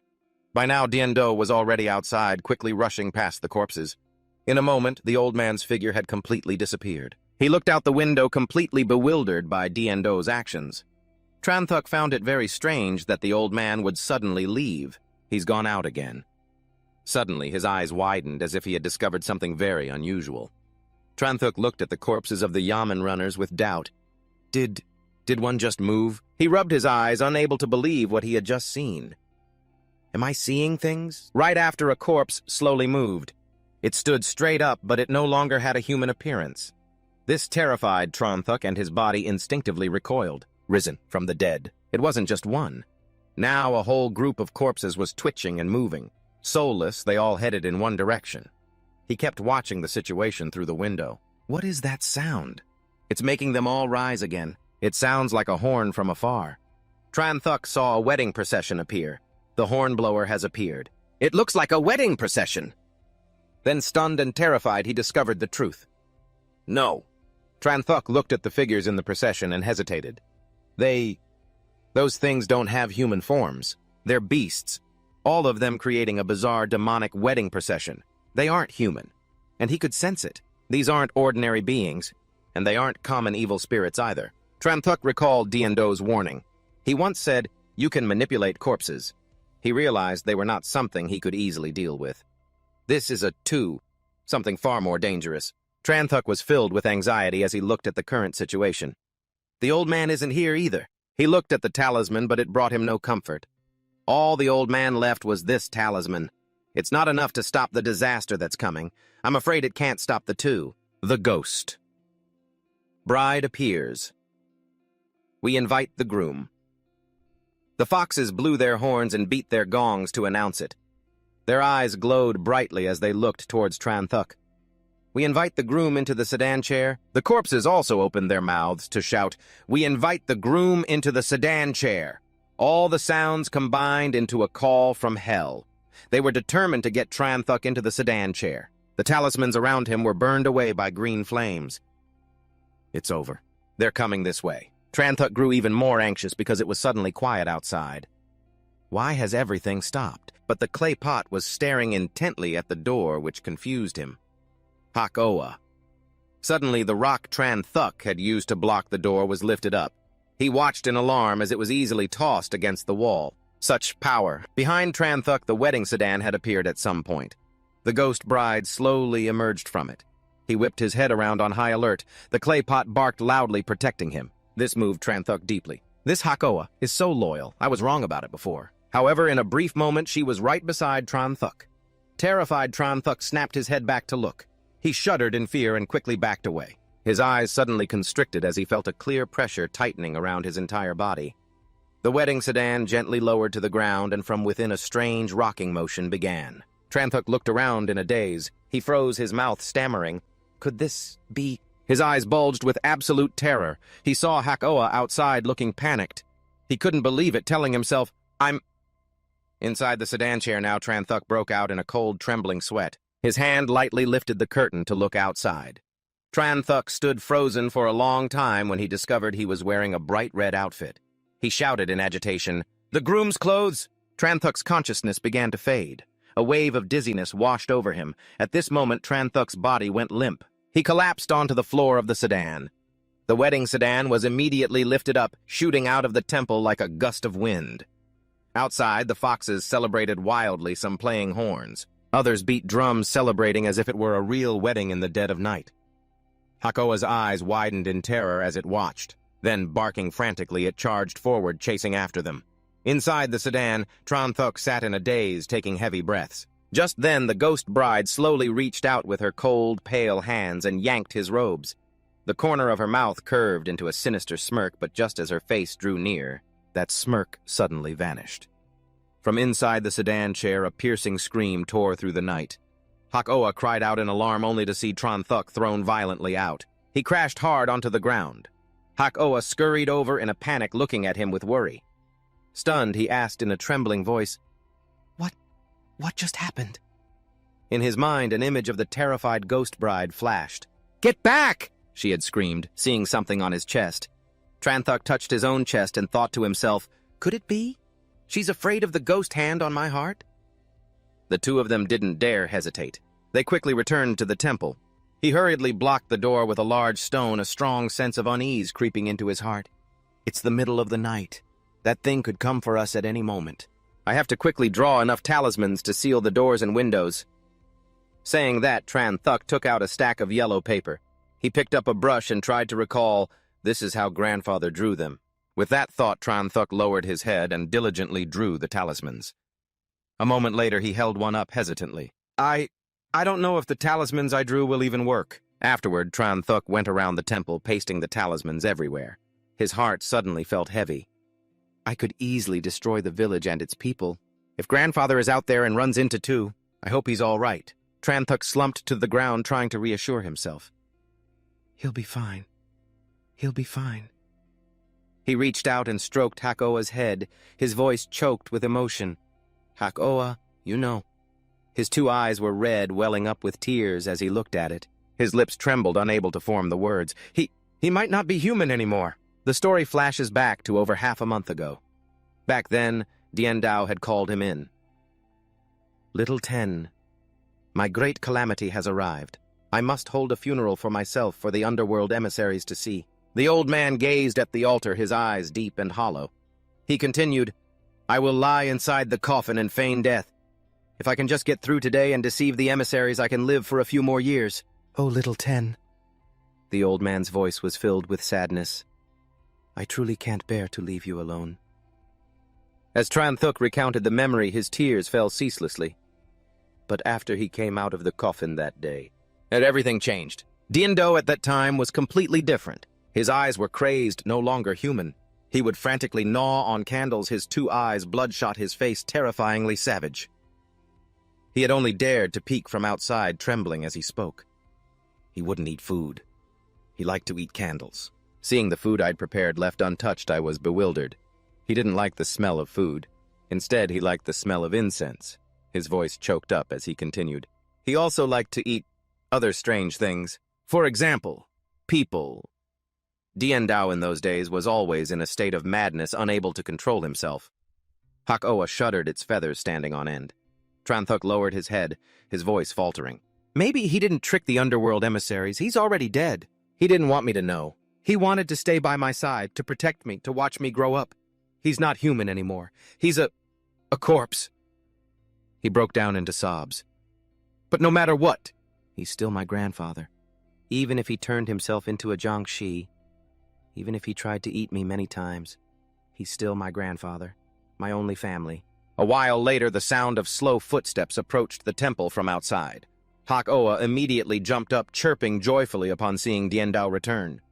The old man said nothing. He just quietly sat down by the half-cooked pot of food. He took off his hat, his gaze silently falling upon Tran Thuc, who was curled up asleep on the floor. The old man's hands continued to feed the wood stove. Dien Dao was lost in somber thought. Tran Dien Dao, you've truly gotten old. But you can still hold on for a while longer. Hold on until little Ten is grown. If one day you can't hold on anymore, then the only way. The old man looked at the sleeping boy, and a sudden thought flashed through his mind. Is to kill him with my own hands, and take him to the underworld with me. I absolutely cannot let him remain here to harm the living. The next day, Tran Thuc had just woken up. He moved the large stone blocking the door and stretched with a big yawn. His face was still drowsy, but suddenly Tran Thuc froze. His eyes shot open as he looked outside. He saw the temple now nestled high among the clouds and screamed, "What's happened to the ground? The mountain. It's grown so high, it's in the clouds." Tran Thuc frantically ran back inside, calling out loudly. Dien Dao calmly replied, "Strange things in Tengu Tanchao are countless. There's no need to be so surprised." Hearing that, he laughed and said, "Grandfather, you've seen and experienced so much, you must know a lot. There are so many things I want to know." Then Tran Thuc began asking rapid-fire questions. For example, why did this temple appear here? Why were the temple and the mountain both buried underground? Also, who built this temple, who is buried here? Where have all these people gone now? This temple and this mountain? Why did they rise from beneath the earth at this specific time? Is this related to the appearance of Tui? Is it related to the sun rising a quarter of an hour earlier? Meanwhile, the old man tasted the soup and said, "Looks like I'll have to double the dose of medicine tonight." Hearing this, Tran Thuc's face went pale, and he quickly covered his mouth. In the sky, the sun was gradually rising, its light spreading everywhere. Soon after, Tran Thuc sat down to cultivate. He whispered, "This burning sensation, it feels like the primal energy in my body is suddenly being ignited. And there's this clear water-like presence that's twice as effective as simple body-tempering essence." He slowly brought his two hands together. Could this be the solar and lunar righteous chi from the righteous chi of the three sovereigns? Tran Thuc slowly opened his eyes and said hesitantly, he looked up at the sky and asked, "But where did the moon come from?" After that, Tran Thuc stepped outside, his expression filled with doubt. He mumbled, "The feeling is gone." He immediately turned back into the temple. Seeing the spiritual energy flickering around, Tran Thuc thought to himself, as I thought, it's only inside this ruined temple that I can absorb the essence of the sun and moon.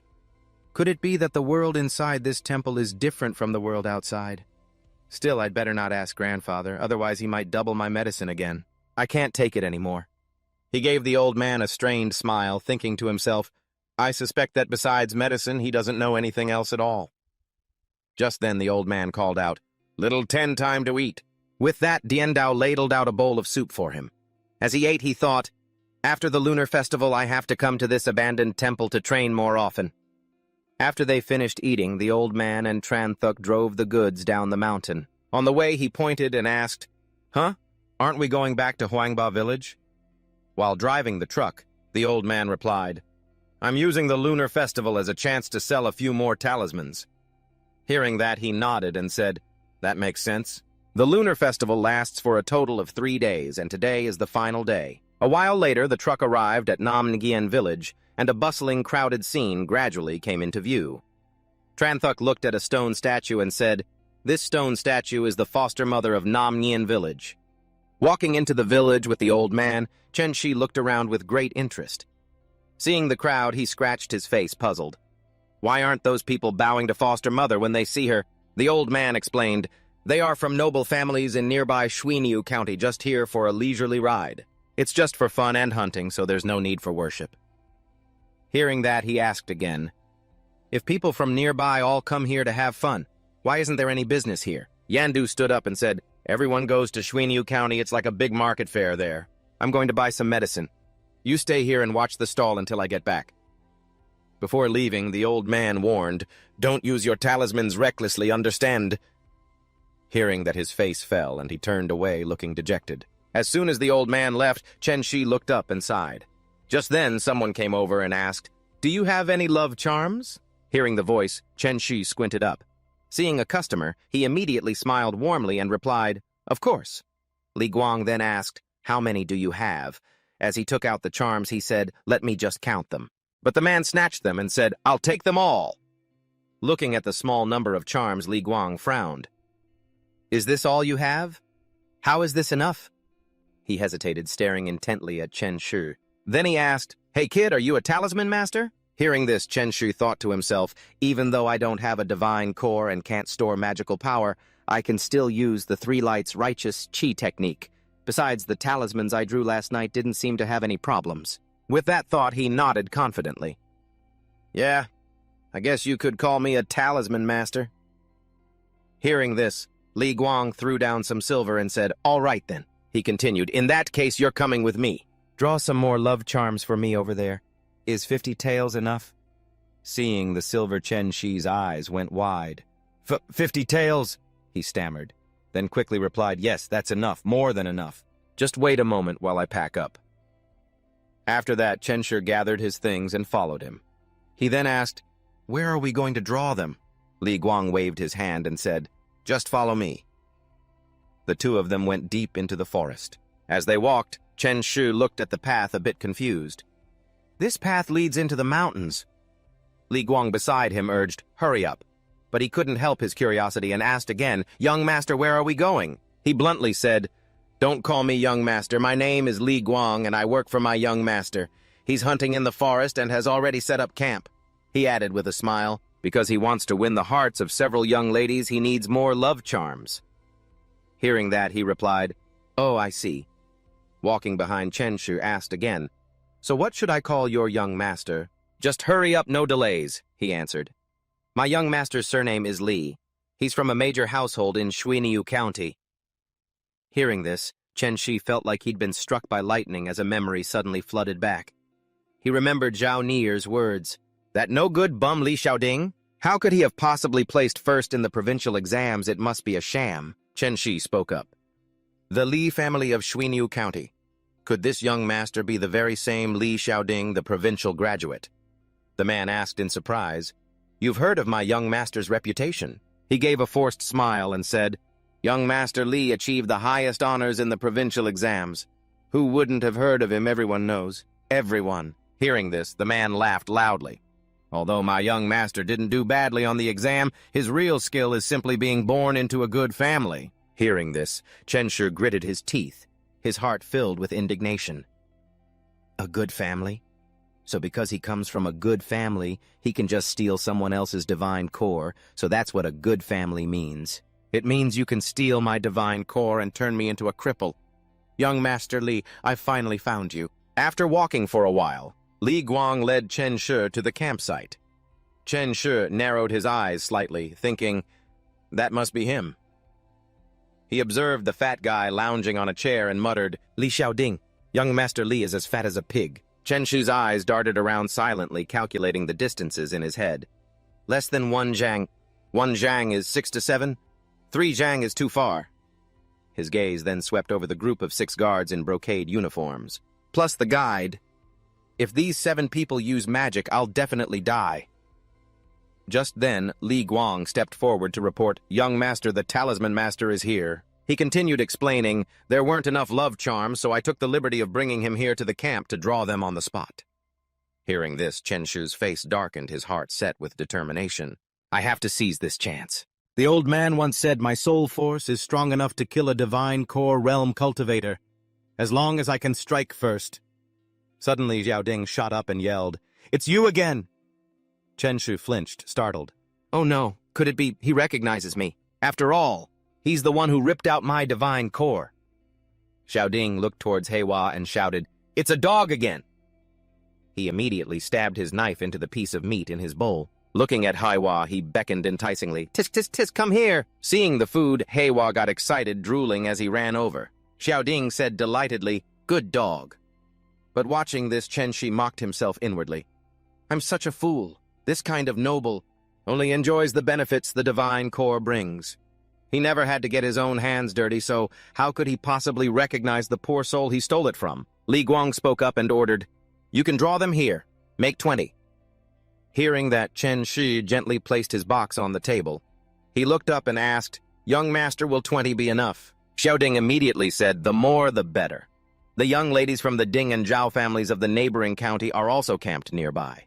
If I can win their favor, my status in the Li family will rise significantly. Besides, those women from the Ding and Zhao families look so damn slutty, it's making my heart itch. No matter what, I've got to have them all. He turned to his subordinates and said generously, "Any leftover love charms are for you guys. If you can get any of the Ding and Zhao family handmaidens, go for it." The men immediately cheered, "Thank you, young master." Chen Shi was deep in thought. 1 Zhang, 8 to 9. He was silently calculating. At such a short distance, I can kill Li Xiaoding in one move within 2 steps. But a second later, he dismissed the thought. No good. He glanced at the guards. These 7 guards have all been hollowed out by debauchery. Their steps are light, they have no strength, and their internal energy is lacking. But if they attack together, it would still be hard for me to escape their magic. But if I'm fast enough, an idea just flashed in my mind. What if I kill all 7 of these guards in one go? He lowered his gaze. Just taking out Li Xiaoding alone would be much easier. Chen Shi silently drew a dagger from its sheath and took step after step towards Xiaoding.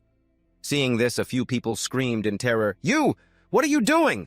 The brocade guards hastily drew their swords, shouting in alarm. He's got a knife. Xiaoding spun around in shock. Chen Shi lunged forward, causing him to stumble and fall backward in panic. Xiaoding frantically pulled out a talisman, his hands trembling. He quickly activated the talisman and screamed, "Kill him!" At the critical moment, Chen Shi quickly shouted, "Wait!" He frantically explained, "You've all misunderstood. I need to use dog blood to draw a talisman. Don't kill me." Then he turned to plead with Li Guang. "Big brother, save me." Xiaoding grunted, "Huh?" Li Guang was stunned for a moment, then he burst out laughing and waved his hand. "A misunderstanding." "It's all a misunderstanding," he said, reassuring everyone. "Don't be nervous." Li Guang clasped his hands and reported, "Young master, it's true that you need black dog's blood as a medium to draw a talisman." He pointed at Heiwo. "A black dog's blood has abundant yang energy. Combined with cinnabar, the talisman's power will be at its greatest." Hearing this, Xiaoding let out a sigh of relief. "I thought someone was trying to kill me. Turns out you just want to kill this damn animal." "Scared the hell out of me," he muttered irritably, kicking Heiwo hard. "Get over here and die already, you mutt." At this, the subordinates also breathed a sigh of relief. That was a scare. "Ah, the stew is burning."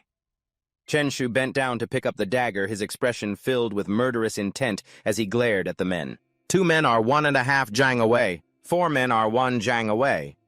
Just then, Chen Shu suddenly closed the distance to Li Guang, who was nearest to him. "Li Guang, my apologies." Just as he was about to make his move, a voice suddenly called out, Excuse me?" From outside, a girl approached and asked, "Is this the camp of young Master Li Xiaoding?" She continued, "I am Ze of the Ding family here with the 4th young miss for the spring hunt." When Chen Shu saw her, he froze. "I'm screwed. Even if I use their distraction to strike now, it will be hard to deal with the maidservant outside the camp. If she uses magic before I can, not only will I fail to kill Li Xiaoding, I'll also die at her hands, and if she runs away, my plan will be exposed." Ze, with a hint of curiosity, continued, "I heard that young Master Li also came for the spring outing, so she told me to come and build a good relationship between our 2 families. It's over. It's all over." Chen Shu couldn't help but feel anxious. Not only him, but the entire Huangba village would be implicated. A subordinate quickly took the fruit basket and said warmly, "Our young master was just about to pay you a visit. We didn't expect you to arrive first, miss." She smiled cheerfully at the two men. "I was also hoping to ask for your help setting up our tents." Of course, please come in," one of the men said, taking the fruit from her hands. "These fruits are very fresh." She walked up to Xiaoding and bowed her head slightly, offering an invitation. "This servant Ze greets young Master Li. This is an invitation from my young miss." Xiaoding replied, "You're being far too polite. If you need help with anything, you just need to say the word. There's no need for gifts and invitations." At that moment, the surrounding men all stared at the girl, their eyes glued to her. Their gazes darted back and forth like wolves that had just spotted their prey. Li Guang took a bite of an apple and mumbled, "So boring." Ah, no. In that very instant when everyone had let their guard down, a blade whistled through the air, slicing across his throat. In a flash, Chen Shi appeared behind him, a sharp dagger in hand. In one fluid motion, he plunged the blade accurately into the man's body. The man's face turned pale as he coughed up blood in agony, his body trembling before he collapsed. Chen Shu spoke coldly. Second, his hand was now stained a deep crimson. He shot off to the side, his next target immediately locked on by Chen Shi. He threw a punch straight into the man's face. Third! One by one they fell amidst screams. He rushed towards the others, then shifted to another man's side. Chen Shu launched a powerful kick. The fourth unlucky soul. Next, he used his momentum to leap into the air. He spun and came down, stomping his foot right into a guard's face, causing him to spit out blood. Li Guang, clutching his throat in agony, yelled, "Ugh, my neck!" He was bewildered. Why is he killing us? Why? He couldn't understand. I don't remember having any grudge against him. But this kid is incredibly dangerous. Chen Shi had made up his mind. Confucius said, "Since you have come, you might as well stay and be at peace. If you protect my enemy..." Killing intent flooded Chen Shu's entire body. "Then you were destined to be buried here." As soon as the words left his mouth, he sent another young man to the afterlife. A worthy death, one might say. Seeing him rushing toward him, the man shouted in anger, "Bastard!" Aiming for the last man, Chen Shu charged at him and launched a kick. The man screamed in pain. "Ah!" Chen Shu showed no mercy and landed another kick. Another blow to his head. He had no strength left to fight back and collapsed heavily to the ground. He then turned and dragged Li Guang across the floor. The man's face was ashen as he coughed up blood. Li Guang lay helplessly in a pool of his own blood. He tightened his grip on the dagger in his hand, then threw it. "And you?" Seeing the dagger flying toward her, Zai frantically tried to channel her magic, but she was a step too late. Before she could finish casting, the dagger plunged straight into her chest. He rushed forward and grabbed her tightly. Zi's eyes widened as blood slowly trickled from her mouth. With both hands, he snapped her neck. Bodies lay strewn across the ground, leaving only a stunned Xiaoding standing alone. He trembled with fear, looking at Chen Shu. Xiaoding collapsed to the ground in a panic. Good sir, don't be rash. We can talk this over." His voice stuttered. I have money. Just name a price. Just spare me. Or what else do you want? I'll give you anything. I beg you." But he only said coldly, as he pulled the dagger from Zi's body, "Young Master Li." Chen Shu gave a cold smile and asked, "Is your life free for the taking?" Xiaoding's face went pale. He stammered, "My life." He secretly grabbed a talisman behind his back, but pretended to go along with it. "Yes, of course. Good sir, listen to me." But before Xiaoding could do anything, a giant bell slammed down from above. "Everything has its price," he said. Xiaoding questioned in alarm.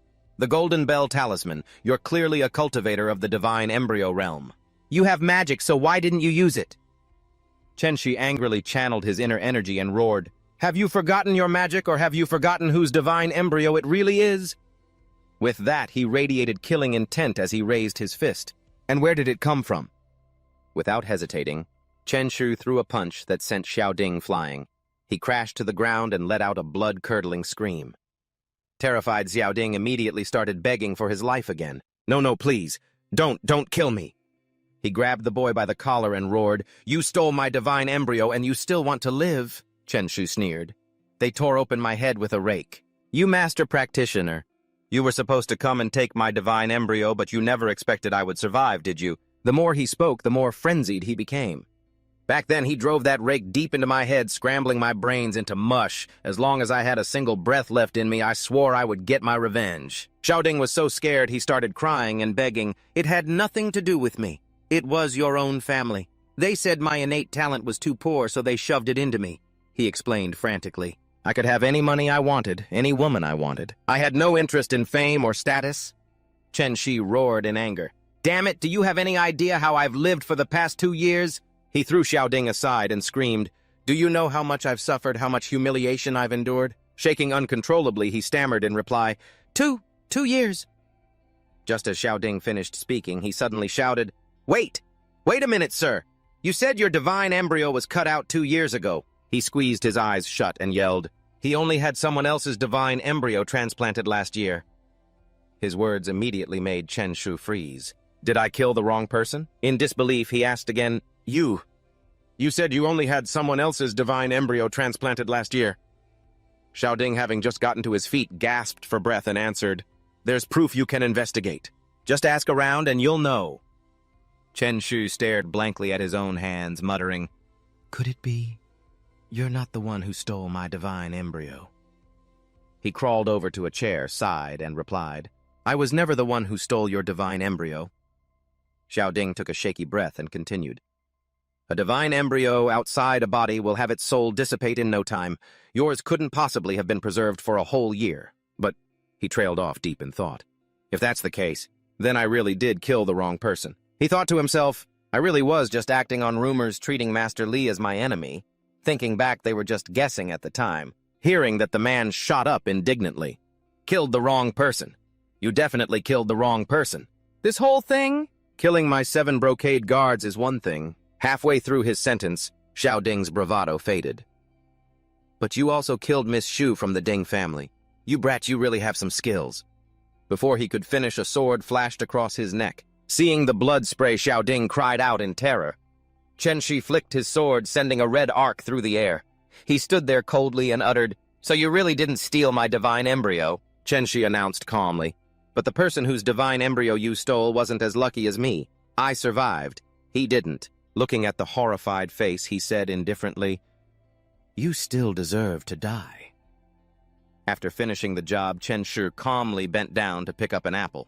He mumbled to himself, planning his next move, wait until dark. Once the moon is out, the evil creatures will take care of these bodies. Chen Shi looked up at the sky and said quietly, No matter how skilled someone is, they'll never be able to trace this back to me. A moment later, he jogged towards the edge of the forest, seeing the person waiting in the distance. Chen Shi called out excitedly. The words had barely left his mouth when a coat flew straight into his face. Yan Du ordered coldly, Change your clothes. The blood can be traced. Hearing that, Chen Shi quickly grabbed the coat and replied dejectedly. He swiftly changed out of his blood-stained clothes. The moment the old outfit touched the ground, it burst into violent flames. Recalling the sight of Yu Kai hanging himself, Chen Shi clicked his tongue and said, Fei Yi Bia Jian. It means if no one sees it, it's not a crime. With that settled, he nimbly hopped onto the moving cart. Staring at the back of the man in front of him, Chen Shi thought deeply, The old man is so thorough. He must have done this a lot before. Just as he was thinking, the old man suddenly spoke, startling him. Little Shu, are you hiding something from me? Yandu questioned flatly. You've been running off to people's houses acting as a talisman master for money, haven't you? Hearing that, Chen Shi panicked internally. I'm screwed, he found out. A few days later, the county magistrate's men arrived to investigate the case. The coroner examined a piece of bone for a moment, then reported, They've been eaten by evil creatures, leaving only skeletons. There's no way to tell how they died. A bailiff hurried forward, bowing his head to report, Your Excellency Li, we've inquired with the Ding family. It was only when the 4th young miss sent people to look for her handmaiden that they discovered something had happened to Master Li. They know nothing else. The vice magistrate of Shuiyao County, Li Kefa, remained silent, his face grim with thought. Then he spoke in a low voice. Investigator Jia, what do you think? The investigator of Shuiyao County, Jaga Jian, said simply, The young master was murdered by a person, a statement with no context. It immediately angered Kefa. What do you mean by that? He paid him no mind and turned to walk away. The 4th young miss sent people to look for her handmaiden at dusk. The evil creatures hadn't come out yet. Jiaga Jian analyzed as he walked and observed. Even wild beasts couldn't possibly kill 8 people at once. And among them were 7 brocade guards. He suddenly crouched down and broke off a piece of bone. There are indeed no traces of magic or talismans here. Jia Gajian observed the indentation on the bone and analyzed quietly. Because the killer used a small blade and their fists. He silently replayed the battle in his mind, quietly considering the blade entered the heart from above, from behind. This person's height is not tall. Only about 5 to 6 feet. In the middle of his sentence, Jia Gajian paused, his eyes fixed on a deeply dented skull. He continued, the fist shattered the skull. The scribe standing beside him continued to write diligently. Jia Gajian glanced behind him, but the killer took 6 steps in a brief moment. In his mind's eye, he could almost see the chaotic footprints, and killed all 8 people besides Master Li. His gaze then shifted to a collapsed skeleton over there. No one even had time to cast a spell. Hearing this, Kafap angrily clenched his fists. There aren't many body cultivators. He must have used a strongman talisman to enhance his physique. Hearing that Gai Jian calmly stood up and countered, not necessarily. He crouched down deep in thought. At the scene, there's only one pile of ash which was left by a burnt talisman. Jie Jian glanced indifferently at his dirty palm and said softly, it was a golden bell talisman. The young master must have used it for self-defense. He dusted his hands off, concluding, therefore a person killed him. It must have been a short, stocky body cultivator.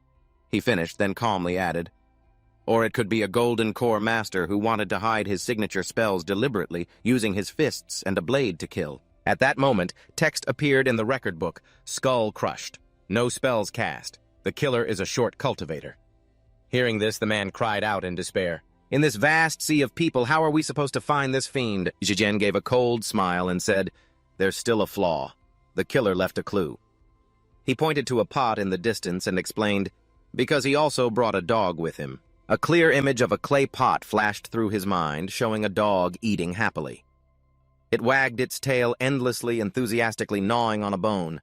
Hearing this, a bailiff hurried over. But, Your Honor, we found no paw prints or any other trace of a dog at the scene. Geijian held up the bone and asked, isn't this a trace? These bite marks were left by a dog's teeth. Kafap frowned slightly and muttered, could it have been a stray dog or some wild animal? He slammed his hand on the table and laughed. A wild animal wouldn't touch fresh food left on the ground. And gnaw on a bone from a pot that a person had already eaten from, that doesn't add up. Jijian lifted his red-stained hand and said slowly, this is cinnabar powder. Cinnabar, dog's blood, black dog's blood. So that's how it is. This dog must be a black dog. The blood of a black dog has the strongest yang energy, making it an excellent medium for grinding cinnabar. Then he concluded, this person is definitely a talisman master, bringing a black dog with him. He came here to draw talismans. The man roared, then summon my son's spirit and ask him what happened. Hearing this, Geijian hesitated and replied, Your Honor, I already took the liberty of attempting a soul summoning once, he continued. His expression suddenly darkened. Not only could I not summon the young master's soul, I couldn't summon the souls of any of the others either.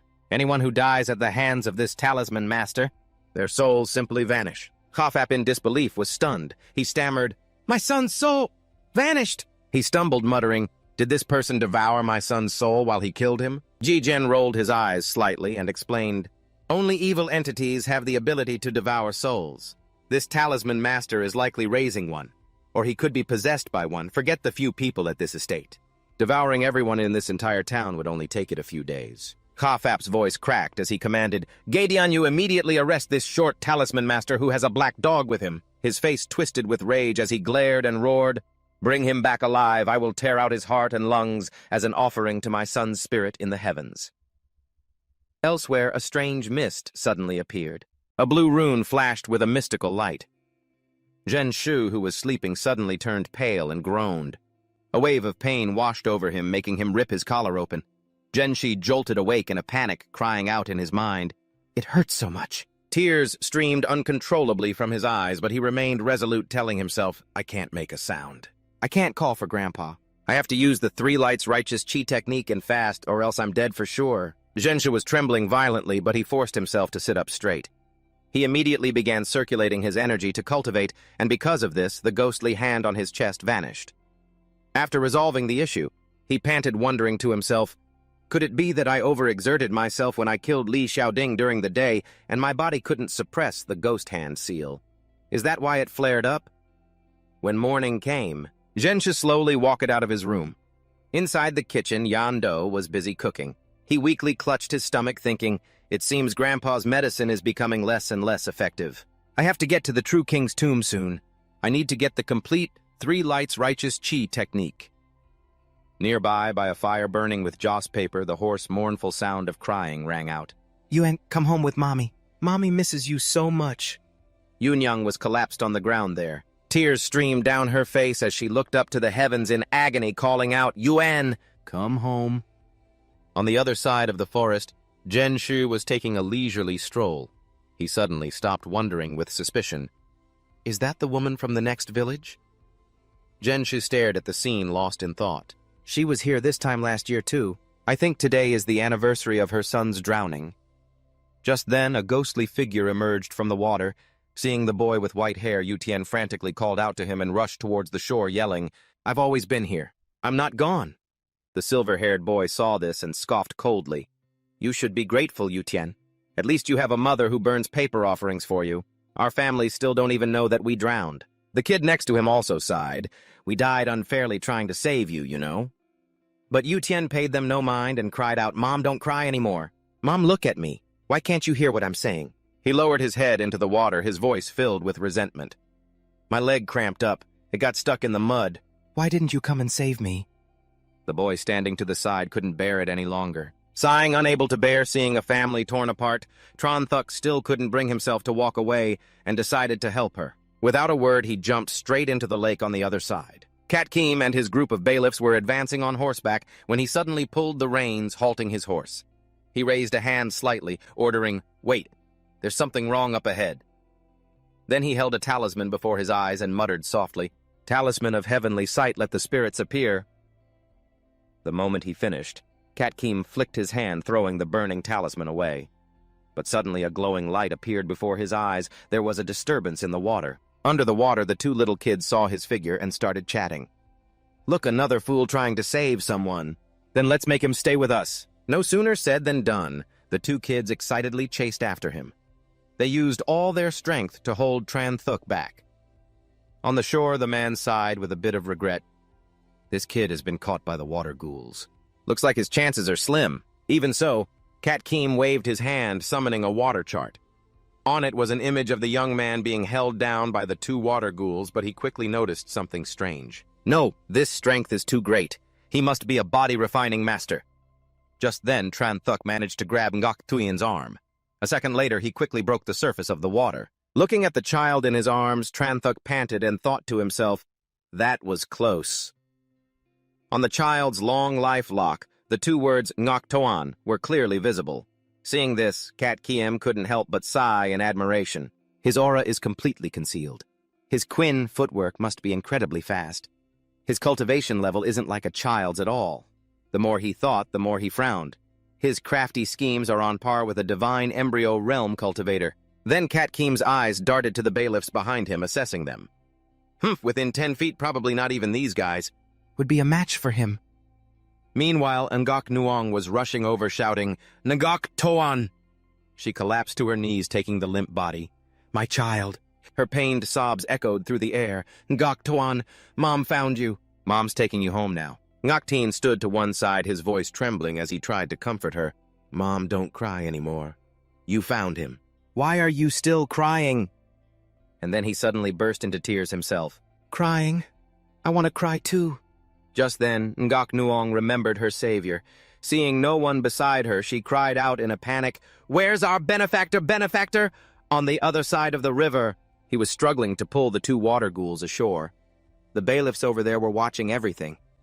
Cat Keem was a bit startled when he realized they were the corpses of the two water ghouls. He's even helping them recover the bodies. Just a moment ago, the water ghouls wanted to kill him. But he couldn't help but marvel internally. He's so compassionate he can repay evil with kindness. He seems to be a man of honor. Just then the bailiff beside him spoke up. Sir, should we go over and ask him some questions? But as soon as Tran Thuc got ashore, he collapsed under a tree, panting.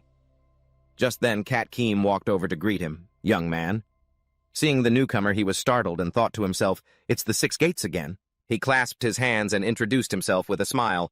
"I am Jia Kat Keem, the recorder of Tui Nhiu County. What's your name?" Unable to avoid it, Tranthuk sighed. "My name is Tranthuk," while inwardly praying relentlessly. What are these people doing here? Please don't let it be about that matter. Seeing his cold attitude, Kat Keem spoke frankly. "Young man, your skills are quite impressive. We're here because of a murder case and wanted to ask you about someone." Hearing this, his face immediately darkened. "So they did find their way here, and they even ran right into me. I have to stay calm." Despite this, Tranthuk stood up and feigned innocence. What do you want?" He smiled reassuringly.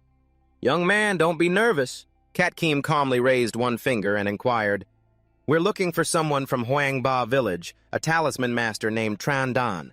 Do you know him?" He crossed his arms, questioning resentfully. "What do you want with him?" while inwardly sighing in relief. "So they suspect him of killing me. Well, he wasn't the one who killed the person anyway." He didn't hesitate, firing off a series of questions. "How tall is this Tran Dan? How old is he?" Tranthuk answered just as quickly, "About the same as you. So old he can barely walk." Hearing this, a bailiff quickly spoke up. "Boss, it seems Tran Dan couldn't have committed the crime." "What now?" Another added, "We've been running all over the nearby villages for days. The county seat sent people out too. Can that murderous talisman master fly or something?" Kat Keem didn't answer, merely pondering deeply. "It's possible we were headed in the wrong direction from the start." Just then he suddenly called out cheerfully, "Hak Oa!" Tranthuk petted the ground and said with a smile, "Sir, I have to go home for dinner now." The moment he saw it, he was stunned and wondered, "A black dog? Isn't that the same clue left at the crime scene? A black dog which a talisman master must have." Even so, Kat Keem quickly bent down to inquire, "This black dog doesn't look bad, pure black all over, not a single stray hair." They say the blood of this kind of dog is filled with the purest yang energy which makes ghosts and gods tremble. The moment he heard that, he knew something was wrong. "Damn it, Hak Oa, you stupid dog." But outwardly Tranthuk feigned anger. "What, I'm not selling him to you?" While he began calculating in his head, "I have to act tough and get out of here before he figures it out." After shouting, he quickly started to run. "Hak Oa, let's go!" He watched him go deep in thought. So that's how it is. If the killer is a young talisman master in his teens, no one would ever be on guard against him. That's how he had the opportunity to strike. The more he thought about it, the wider the triumphant smile on Kat Keem's face grew. Meanwhile, Tranthuk was looking over his shoulder, wondering, he didn't follow me here, did he? He felt that gaze upon him. He let out an excited, amused laugh. "Let's test him." Tranthuk quickly ran out of the forest. The moment he escaped, he heaved a sigh of relief. "Good thing I run fast." But Kat Keem suddenly appeared smiling as he asked, "Little brother Tranthuk, I wasn't finished speaking. Why did you leave already?" Tranthuk was startled but remained calm and replied, "Oh, how embarrassing. But I really must be getting home." Inwardly, he couldn't help but assess the man. He moves like a ghost without a sound. It seems he won't be easy to deal with. As the man remained silent, he forced a smile and explained, "Look, my dog Heiao is weak, sickly, has a bad temper, and his meat is old. He'd definitely be tough to eat. You should just forget about him." Kat Keem's face turned cold. "Tranthuk 4 days ago lied to Din." Young Master Lai died on Kanduang Mountain. His gloomy voice echoed, putting them both on high alert. The person who killed him also had a black dog by his side. Kat Keem continued nonchalantly, "This person is a talisman master, probably about your height." Tranthuk grew wary, thinking to himself, "Looks like there's no escaping this time." While he was hesitating, the other man moved back like the wind. Kat Keem laughed smugly. "Very good, but it seems as long as I'm outside your attack range, you can't do anything."